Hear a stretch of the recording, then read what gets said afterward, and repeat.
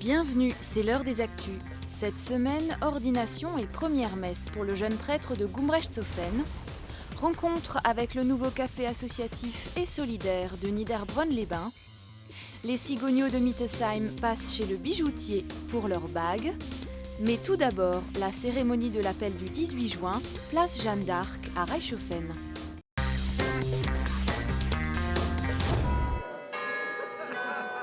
Vive la France libre, dans l'honneur et dans l'indépendance.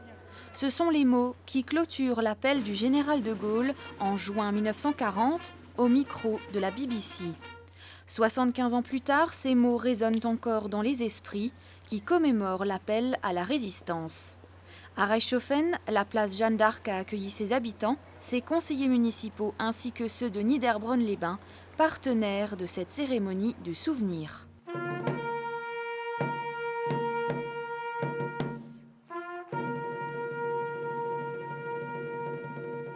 Au jour d'aujourd'hui, je dirais, avec le contexte dans lequel on vit, et c'est ce que j'ai dit tout à l'heure dans mon mot de présentation, cela signifie tout simplement un appel à s'engager, à continuer et à œuvrer pour la collectivité et pour les territoires pour pouvoir faire vivre notre pays tel que nos prédécesseurs et à l'appel par exemple du général de Gaulle, les choses se mettaient en route pour avoir notre pays en liberté et en démocratie.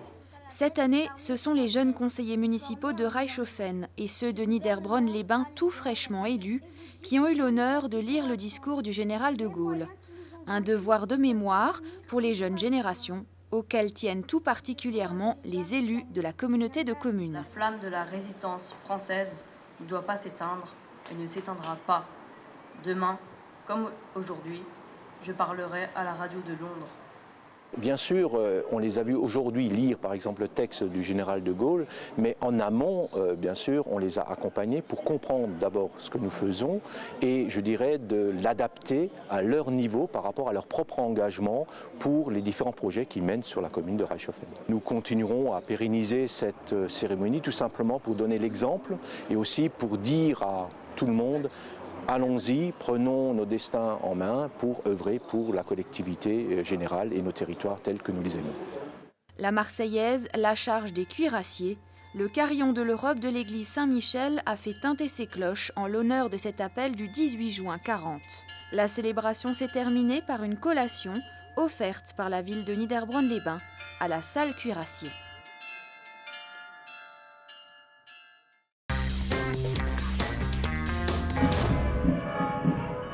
La dernière fois, c'était en 1945, l'ordination d'un prêtre de Gumbrechtshofen. Johann Begliomini a toujours été attiré par le son des cloches qui l'ont conduit à l'église. D'abord orienté vers le métier de boulanger, il a passé 7 années de séminaire avant d'être ordonné prêtre par l'évêque le 7 juin dernier à la cathédrale de Strasbourg. Donc c'est une grande célébration avec tous les prêtres qui viennent. Et puis le moment le plus important de la célébration, c'est le moment où on se prosterne devant l'autel en signe de don total et on invoque tous les saints pour qu'ils nous aident dans cette mission. Et puis après vient le temps de l'imposition des mains. Donc c'est un rite très ancien que Jésus a pratiqué, les apôtres aussi, qui se fait en silence. Donc l'évêque impose les mains sur la tête des ordinants. Et avec ce geste, on dit que la personne devient prêtre. Et suite à ça, il y a la grande prière d'ordination. Et avec cette grande prière d'ordination, on est vraiment ordonné prêtre. La semaine suivante, première messe dans son village. La procession fut adaptée. Normalement, la personne, donc, on fait une procession depuis la maison où on habite jusqu'à l'église. Sauf que ma maison se trouve en face de l'église, donc c'était un peu court pour une procession, donc du coup j'ai choisi de faire ça au calvaire qui se trouve au centre du village et ça s'est très bien passé, quoi. L'église était pleine, élus, chorale Sainte-Cécile, fanfare Saint-Vandelin d'Eberbach et de nombreux paroissiens étaient venus. C'est un grand moment d'émotion, il y avait des tapis de fleurs, c'était orné, l'église est, comme vous voyez, magnifique, etc. Donc l'église était pleine, donc c'était un beau moment de fête, de joie et d'action de grâce. Nous déposons avec joie ce calice et cette tablette, pour célébrer le sacrifice de l'Alliance. de ses 26 ans, il prêche avec assurance. Il faut dire qu'il a déjà célébré baptêmes et mariages en tant que diacre depuis 1 an. En ce jour particulier, le nouveau prêtre est entouré de ses pairs venus spécialement pour l'occasion. Merci à toutes et à tous d'être venus aussi nombreux participer à cet événement exceptionnel. Désormais vicaire, Johann Begliomini partira pour Châtenois quelques années avant d'avoir peut-être, un jour, une paroisse à sa charge.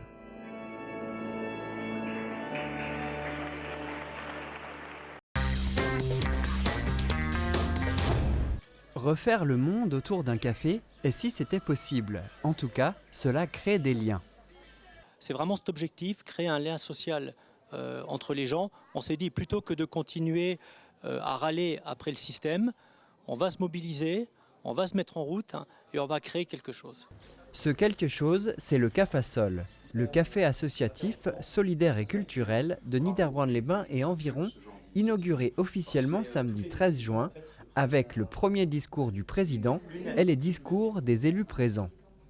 Alors pourquoi café? Parce que café, c'est l'endroit idéal en fait, pour développer la convivialité entre les gens. Associatif, parce qu'on s'est constitué en association. Solidaire, parce que l'ensemble des activités qui seront proposées dans le café associatif, qui soient animées par les membres de l'association ou par des personnes extérieures, se feront obligatoirement sur la base du bénévolat.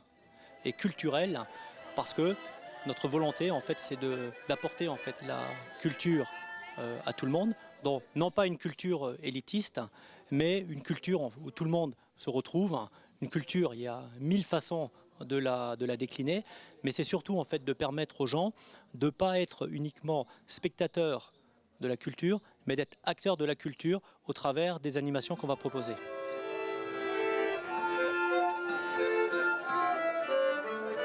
La première soirée a réuni beaucoup de monde. Les va-nu-pieds de Vasgovie assuraient l'ambiance musicale. Chacun avait apporté ses couverts dans un souci d'éco-citoyenneté. L'ambiance se veut amicale.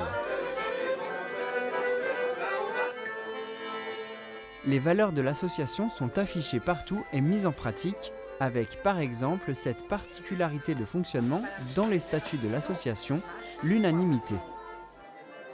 C'est vraiment lorsqu'on prend une décision, tout le monde doit être d'accord avec cette décision.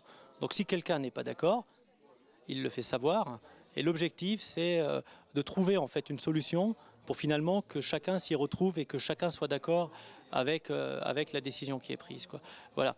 Donc c'est un principe de base qu'on s'est fixé dès le départ, parce que pour que chacun soit motivé dans cette association, il faut en fait que les décisions soient prises de cette manière-là. Les membres se sont mis d'accord sur le programme. Le café sera ouvert 2 samedis par mois dès 17h30.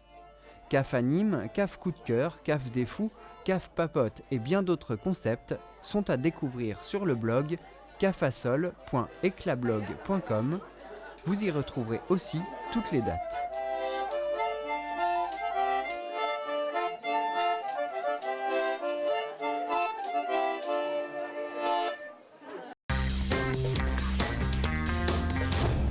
Animal emblématique de l'Alsace, les cigognes de Mittesheim sont une fierté pour ses habitants. Les enfants de l'école primaire découvrent le bagage de ces animaux inaccessibles. C'est du moment qu'on se rapproche du nid avec un nacelle, toujours avec une nacelle, ou bien une échelle du moment que le nid est assez bas. Et là, les anciens et les parents, ils partent. Ils ont peur, ils partent. Et les jeunes se mettent couchés dans le nid, parce qu'ils ont peur. C'est là qu'on peut les récupérer dans la nacelle. Le bagage doit s'effectuer à un moment précis. Le jeune animal apeuré reste totalement immobile. La tâche est donc aisée pour André Bergman, membre de l'Apressial. On embarque les cigognes pour pouvoir suivre leur procédé, pour savoir suivre où qu'ils vont, où qu'ils sont et d'où qu'ils viennent. Donc on a 2 bagues, une bague prévue pour placer l'emplacement où il y a le bureau, comme chez nous, Colmar, et une petite bague qui alors dépend de Paris. Et là, on peut suivre le procédé. D'ailleurs, nous-mêmes, moi-même, avec ma longue vue, je fais le passage. Ah, je vois une ancienne cigogne avec une bague. Donc, je prends le numéro de cette bague et je regarde où qu'elle sort et où qu'elle va. Les cigogneaux passent la majeure partie de leur jeunesse dans des pays plus chauds et riches en nourriture. Ils vont rester sur le nid pour être à l'aise, ils vont essayer de voler, et après ils ont 2 semaines de vol, ils partent du nid, reviennent le soir, partent du nid et reviennent le soir. Et tout à coup, début août, c'est le grand envol. Ils partent pour le pays chaud et ils restent au pays chaud durant 3 ans. Les cigognes seront de retour l'année prochaine pour s'installer sur les toits de notre région.